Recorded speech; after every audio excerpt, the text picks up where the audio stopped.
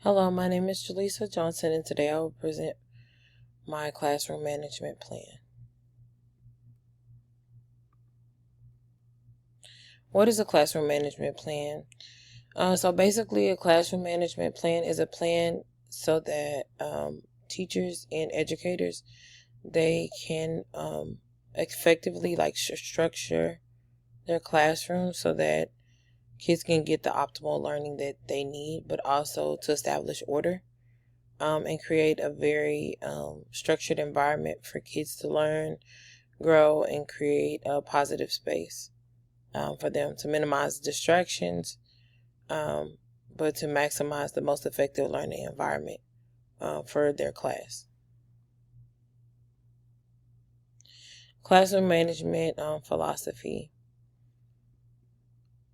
Classroom management philosophy. The key to a great classroom management plan and philosophy is just to set the bar how you want students or expect them to succeed. What this means is just creating a standard, letting your students know what is expected of them when they come into the classroom, how to conduct themselves in the classroom, and what to expect in their classroom on a day-to-day basis. What does that look like? What does that feel like? Always making them feel safe. Us talking with your students, greeting them, showing compassion. Compassion. All your students won't be the same, so just showing them, that they matter and care. Showing them care, that you care, and that you're not just there just to teach a subject. Setting the bar for what's expected, and it creates a bond between you and your students, but a healthy relationship. That way you can understand how they learn and learn to teach them in the way that they learn or what works best for them. In the previous slide, I mentioned classroom expectations. So setting the standard, letting your students in your class know to do your best. Always give your best at all times. Simple things that they can remember, like being kind, respectful, safe, and take responsibility. This sets your students up, no matter what grade they are, to know what to expect in the years to come as it relates to their education and moving forward with their education, what that means when they're in the classroom setting, and how to once again to conduct themselves in the classroom setting, but also contribute to that positive environment. Creating a classroom schedule. So schedules, of course, for all of us are very important. As adults, we have just a schedule that we have to abide by, whether it's work, a job, it's a schedule. And so with that schedule, it creates structure. For children, structure works very well, or for students, structure works very well because it creates a expectation, but also a standard in which they should abide by, and also like a routine. And with routine, it's kind of hard to mess up an environment or create a messy environment, but it also corrects structure in the classroom and keeping things well organized. So creating a classroom schedule sets up structure for students to also help them maintain order on a daily basis in the classroom. They will quickly learn and become comfortable in the classroom.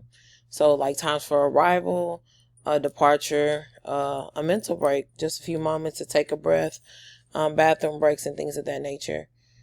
It creates a daily routine for them. Identifying good behavior. So good behavior, most times good behavior isn't always celebrated. I know that in the environment that we do live in now, we always point out the bad, or we remember the bad, but letting your students know that good behavior is celebrated, it's encouraged, it's appreciated, but it also, once again, contributes to that classroom environment, that management plan that helps create the environment that all students must exist in, including the teacher. So setting reward, like creating a reward system, verbally giving praise, like letting them know that they did a good job at whatever task they may have completed, or helping another student. Recognizing positive attributes and things that have occurred throughout the day. Giving space for leadership opportunities. Um, the students want to know that they're a part, and just giving them, even if that's being the line leader, or to take one object across the hall to another teacher, to lead, and to that makes them feel good, that builds their self-esteem and their confidence, and offering classes and incentives that helps the students hold each other accountable. Engaging students. So engaging students, it also keeps their attention. Once again, in the world that we live in now, technology is everything. Um, so the old school ways, as far as reading, sometimes doesn't always keep our students engaged, but just staying up with the times and technologies, incorporating technology, allowing students to move around. The foods that we eat, that they eat, they have a lot of energy to burn, and trying to keep them still in one spot for younger students, it most times doesn't work. So creating activities and things that create space and movement is always a good thing. Group thinking activities, learning, teaching them to learn to work together as groups and depend on each other is always a plus. And utilizing their brains and ideas and working together. And so it also keeps them engaged. Hands-on activities. Once again, these children have a lot of energy, and they're not going to sit still all the time, but it also keeps them engaged, and it also adds to memory. Whatever you're teaching or presenting before them, if they're actively sometimes acting these things out, or just doing things with their hands to remember certain activities, it'll help them retain it in the future. And let's get excited. So with the interactive aspect of learning and a classroom management plan, it gets students excited about coming to school, being a part, engaging with their teacher, knowing that they'll be in class with some of their friends, things of that nature, to get them involved about what's going on around them, and to let them know, like, hey, this is an environment where I enjoy, I love, and I appreciate coming. Creating positive relationships. So also with that aspect of creating an environment welcoming for our students to learn, in the classroom management plan, um, over the course of a year, you will, or an instructor, teacher, um, an educator will form a bond in a relationship with the students that they teach from day to day. So having class meetings, using discipline, that not only just builds up, not pinpointing out a child, but giving positive reinforcements that will encourage them to do things, which can also aid in the positive aspect of behavioral aspects in the classroom that can help create a more positive atmosphere and learning environment for children. Um, Sometimes having meetings with them.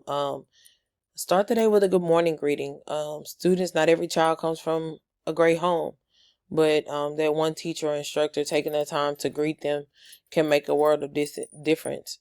Getting to know their interests, not knowing like your students, um, it puts a bridge in not cultivating that positive relationship. Like, if little Timmy likes cars, like, we're gonna talk about cars, to engage him and get his attention, and let him know that you care about knowing what he likes, but also the class in general, what they like and what they appreciate, about the educational aspect of the classroom, and once building up that environment, uh just enjoying successes, celebrating successes, no matter how big or small. It makes children feel appreciated, valued, and lets them know that their homeroom or their classroom is a place to learn and grow. And then listening for their voice, hearing what they have to say. That's more than just listening, but appreciating that and letting them know that they're heard and you're listening to what it is that they want to share. That also makes a difference. The environment matters. So having a clean, organized environment helps students feel safe, free to explore the world of learning, and even more. Um, just a organized situation in the classroom. It minimizes confusion when there's order from the classroom management plan. Not only just the things that we think about, that we process, in how to establish relationships, but the tangible things in the classroom, also make the difference for our students or students that we may teach now or in the future, so that they can easily assess things, and a lot of things in the classroom can be more controlled, as far as like a seating chart, um, and like help for like decompressing corners and things of that nature. In conclusion, the overall goal is to create a classroom that welcomes and cultivates learning. Um, a place away from home where students feel safe to learn, challenge their thinking, they feel respected, valued for who they are. These key components are kept in a classroom, uh, and it creates culture. When they're kept in a classroom, it creates culture for students um, to carry them out, and to carry them on. It's a bit and a piece of a puzzle that they can take to the next educational journey.